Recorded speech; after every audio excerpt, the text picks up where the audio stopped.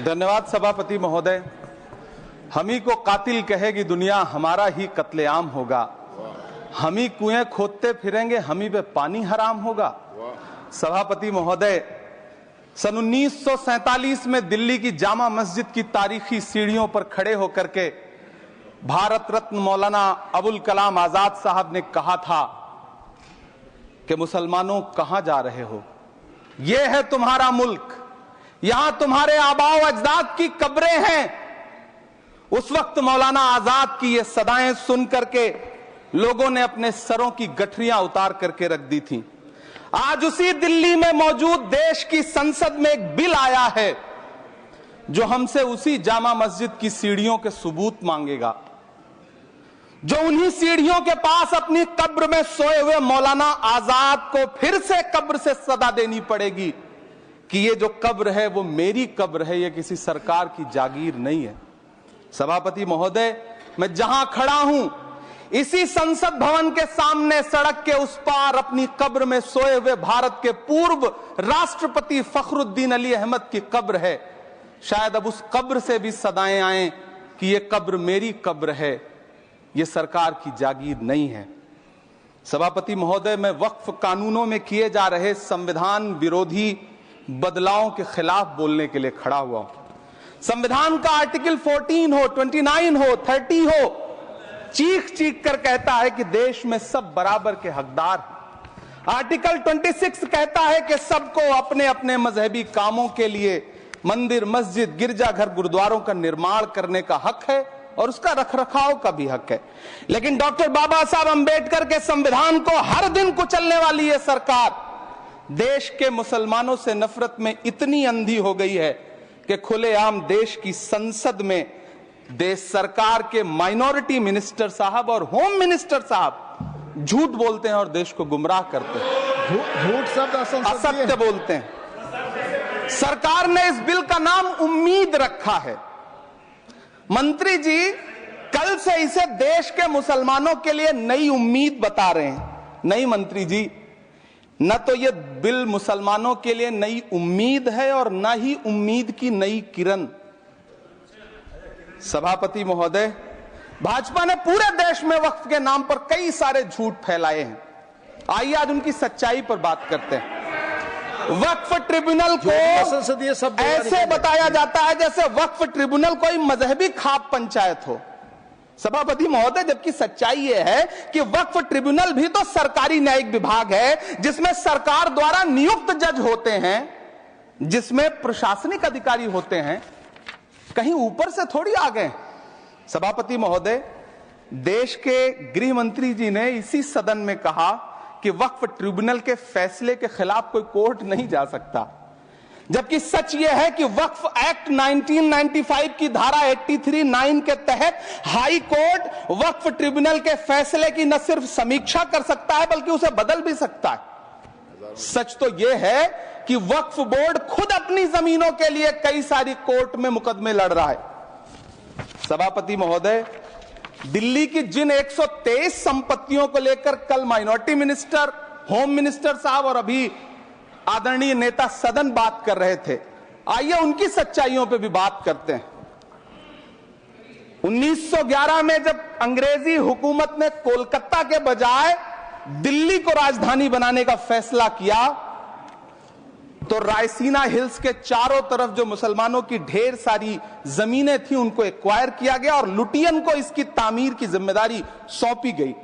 Central Vista की तरह Lutyens zone का मेगा प्लान तैयार हुआ, लेकिन उस वक्त के मुसलमानों ने उस वक्त की अंग्रेजी हुकूमत से अपनी इबादत गाहों को बचाने के लिए लड़ाई लड़ी। मामला ब्रिटिश गवर्नमेंट तक पहुंचा। तब यह तय हुआ कि वो जो धार्मिक स्थल हैं उन्हें जस का तस रहने दिया जाएगा। इंडिया गेट के बगल वाली मस्जिद हो, जाप्तागंज, सुनहरी बाग मस्जिद हो, पार्लियामेंट रोड वाली मस्जिद हो, ऐसी 123 संपत्तियों के मैनेजमेंट के लिए 1913 में मुसलमान वक्फ वैलिडेशन एक्ट बना और उसके बाद एक नया शहर बसाया गया जिसे लुटियंस जोन का नाम दिया गया। फिर 1943-45 के बीच एक और समझौता हुआ। आजादी से पहले उसके तहत काफी सारी वक्फ जायदादों को सुन्नी मजलिस औकाफ बनाकर उसके अंडर किया गया ताकि उसकी देखरेख की जा सके। गृह मंत्री जी 2 दिन से सदन में जो बात कह रहे हैं वो दरअसल 123 संपत्तियां उसी सुन्नी मजलिस औकाफ के तहत आती है। सभापति महोदय, आजाद भारत आजाद हुआ। आजादी के बाद भारत में 1954 में वक्फ एक्ट लागू हुआ, जिसकी धारा 9 के तहत 1964 में केंद्रीय वक्फ काउंसिल का गठन हुआ। दिल्ली की वही 123 प्रॉपर्टीज को 1970 में सर्वे गजट करके गजट नोटिफाई किया गया। इसके निपटारे के लिए पूर्व प्रधानमंत्री इंदिरा जी के द्वारा 1974 में एक बर्नी कमेटी बनाई गई। बर्नी कमेटी ने 1976 में इन 123 संपत्तियों को दिल्ली वक्फ बोर्ड की संपत्ति होने की रिपोर्ट सौंपी। उस रिपोर्ट के आधार पर 1984 में कांग्रेस सरकार ने उन 123 प्रॉपर्टीज को दिल्ली वक्फ बोर्ड को सौंपने का फैसला किया, जिसके खिलाफ विश्व हिंदू परिषद कोर्ट गई। मामला 2011 तक पेंडिंग रहा। फिर 2011 में कोर्ट ने सरकार को आदेशित किया कि इसका निपटारा करो। तब 2013 में तत्कालीन यूपीए सरकार ने दिल्ली की उन्हीं 123 जायदादों को बर्नी कमेटी की सिफारिशों के मुताबिक वक्फ बोर्ड के हवाले किया। यही वो प्रॉपर्टीज हैं जिनके नाम से गृहमंत्री जी कल से कांग्रेस को कोस रहे हैं। फिर आई 2014 में भाजपा की सरकार, जो तब से इन जमीनों को हड़पने की साजिश कर रही है। जिस बिल को मुसलमानों के हुकूक की हिफाजत करने वाला बिल बताया जा रहा है, उसी को पेश करने के लिए और उस पर बात करने के लिए लोकसभा में भाजपा सरकार के पास एक भी मुस्लिम सांसद नहीं है। जिस वक्त, मैं लोकसभा कह रहा हूं, सुना करिए, जिस वक्फ बिल को मुस्लिम महिलाओं को हक दिलाने वाला बताया जा रहा है, उसे संसद में पेश करने वाली पार्टी के पास न तो राज्यसभा में, न लोकसभा में, न देश की किसी विधानसभा में एक भी मुस्लिम महिला सदस्य नहीं। कल किरण रिजिजू जी कह रहे थे कि रेलवे की जमीनें देश की जमीनें हैं, डिफेंस की जमीनें देश की जमीनें हैं। हां मंत्री जी, हैं, बिल्कुल हैं। ये जो वक्फ की जमीनें हैं, ये हमारे पुरखों ने धार्मिक कामों के लिए डोनेट किया है।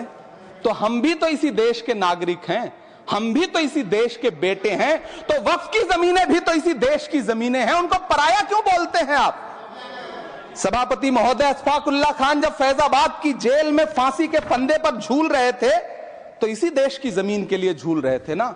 सभापति महोदय, अंडमान की जेल में काला पानी की सजा काटकर अपनी जान देने वाले मौलाना फजले हक खैराबादी हो या शेर खान अफरीदी हो, वो भी तो इसी जमीन के लिए अपनी जान दे रहे थे ना। सभापति महोदय, पाकिस्तान के खिलाफ लड़ते हुए अपनी जान देने वाले महावीर चक्र विजेता ब्रिगेडियर उस्मान हो या पाकिस्तान के पैटर्न टैंक उड़ाने वाला परमवीर चक्र विजेता वीर अब्दुल हमीद हो, वो भी तो इसी जमीन के लिए अपनी जान दे रहा था ना। और मंत्री जी, मैं इस सदन में अलल ऐलान ये कहता हूं कि जब भी इस देश की जमीन को लहू की जरूरत होगी, आपसे 2 कदम आगे इमरान खड़ा मिलेगा। ये मैं आपसे यकीन दिलाते हुए कह रहा हूं। सभापति महोदय, मैं सरकार से कहना चाहता हूं, हमसे हमारी इबादत गाहें तो मत छीनिए ना, हमारे घरों पे बुलडोजर तो मत चलाइए ना, हमारी कब्रों में तो हमें सुकून से सोने दीजिए ना। सभापति महोदय, माइनॉरिटी मिनिस्ट्री का बजट कट करके, मुस्लिम बच्चों की स्कॉलरशिप बंद करके अब सरकार कह रही है कि हम वक्फ की आमदनी से गरीब मुसलमानों का भला करेंगे। गुजरात की बेटी बिल्किस के बलात्कारियों की रिहाई के बाद उन्हें माला पहनाने वाली लोगों के नेता ये कह रहे हैं कि यह बिल मुस्लिम महिलाओं को उनका हक दिलाएगा। धन्यवाद मोदी जी, क्या बढ़िया सौगातें मोदी दे रहे हैं आप। पहले हमें गुजराते मोदी दिया, आप सौगाते मोदी दे रहे हैं। लेकिन यह सरकार इतना याद रखे कि इसी ठसक के साथ देश की संसद में सीए का कानून भी लाया गया था और कहा गया था बड़े बड़े भाषण देकर के कि पड़ोसी देशों से हिंदू भाइयों को ला करके यहां नागरिकता दी जाएगी। लेकिन मैं आपके संज्ञान में लाता हूं सर कि पिछले इतने दिनों में इनसे नागरिकता लेने के लिए 2000 व्यक्ति भी नहीं आए, जबकि इसके उलट इन्हीं की सरकार में पिछले 10 साल में 15 लाख से ज्यादा भारतीयों ने भारत की नागरिकता छोड़ करके दूसरे देश में जाकर के बस गए। यह हुआ उस कानून का अंजाम। सभापति महोदय, इसी तरह की जिद के साथ किसानों के खिलाफ भी कानून लाए गए थे। जिस तरह आज वक्फ के फायदे गिनाए जा रहे हैं, उसी तरह से किसानों को भी कृषि कानूनों के फायदे गिनाए गए थे। लेकिन अंजाम क्या हुआ? 700 किसानों की शहादत लेने के बाद सरकार को अन्नदाता किसानों के सामने घुटने टेकने पड़े और कृषि कानून वापस लेने पड़े।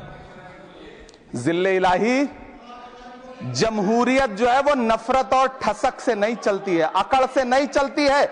उसमें सबकी हिस्सेदारी जरूरी है। कल देश के माइनॉरिटी मिनिस्टर ने लोकसभा में खड़े होकर एक शेर सुनाया था कि मुझसे कोई बदगुमान न हो।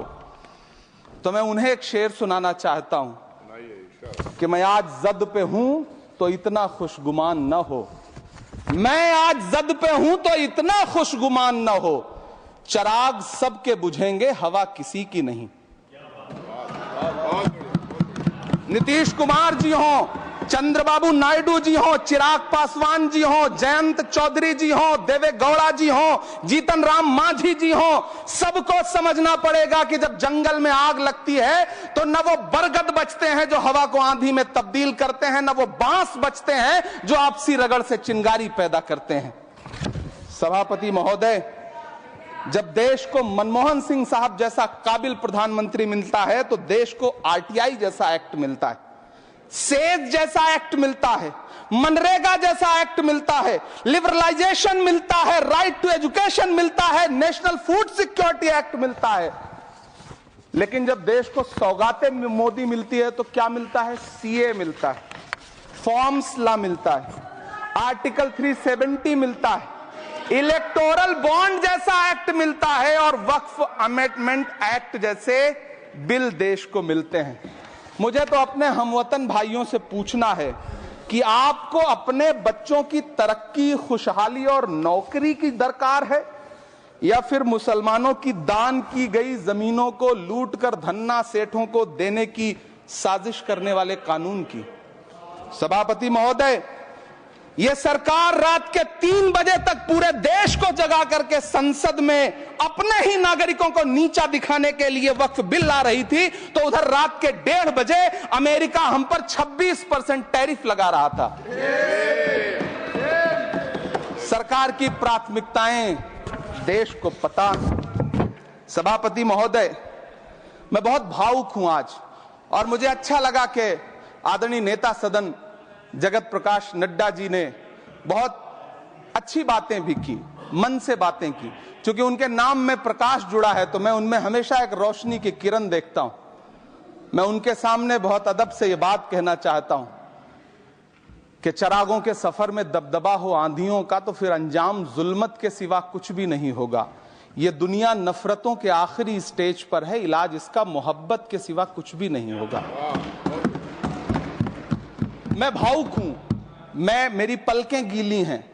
अगर देश की एक बहुत बड़ी आबादी को लगता है कि आप उसका भला करने के लिए नहीं बल्कि उनकी इबादतगाहों, उनकी कब्रिस्तानों, उनकी खानकाहों को बर्बाद करने का बिल ला रहे हैं, तो फिर आप अगर समझाने में नाकामयाब रहे हैं तो यह आपकी नाकामयाबी है। पहले समझाइए, उसके बाद कोई बिल लेकर के आइए, तब शायद हम आपका इतनी पुरजोर तरीके से विरोध ना करें।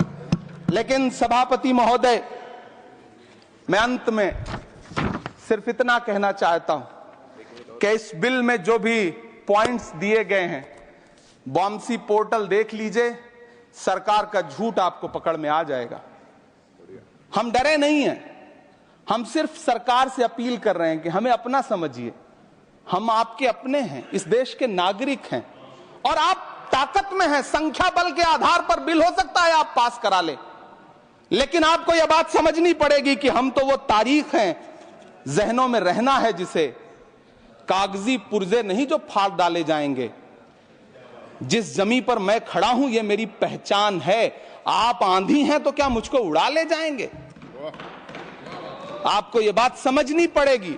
आपको अगर इतना विपक्ष की तरफ से पहले जेपीसी में इतने सारे पॉइंट्स आए और उसके बाद कल से लोकसभा में और राज्यसभा में सुझाव आप सुनने को तैयार नहीं है, लोगों की शंका को दूर करने के बारे में आप बिल्कुल सोच नहीं रहे, बस आप कह रहे हैं यह बिल उम्मीद की नई किरण है। नहीं साहब, इसे भले किरण जी लेके आए हैं, लेकिन ये उम्मीद की नहीं बल्कि नाउम्मीदी की किरण है। और इस देश की एक बहुत बड़ी आबादी इस बात से खदशे में है, शक में है कि आप सीधे उनकी जमीनों को लूट करके धन्ना सेठों को बेचना चाहते हैं। मेरी अब भी आपसे अपील है कि इस बिल को वापस लीजिए। यह बिल कहीं से आपके अपने नागरिकों के लिए अच्छा नहीं है। यह बिल सिर्फ इस देश के मुसलमानों को नीचा दिखाने का और अपने एक ऐसे मतदाता वर्ग को खुश करने का बिल है जिनको इस बिल के पास हो जाने से कुछ मिलेगा भी नहीं, लेकिन आप एक नैरेटिव देना चाहते हैं, एक मैसेज देना चाहते हैं।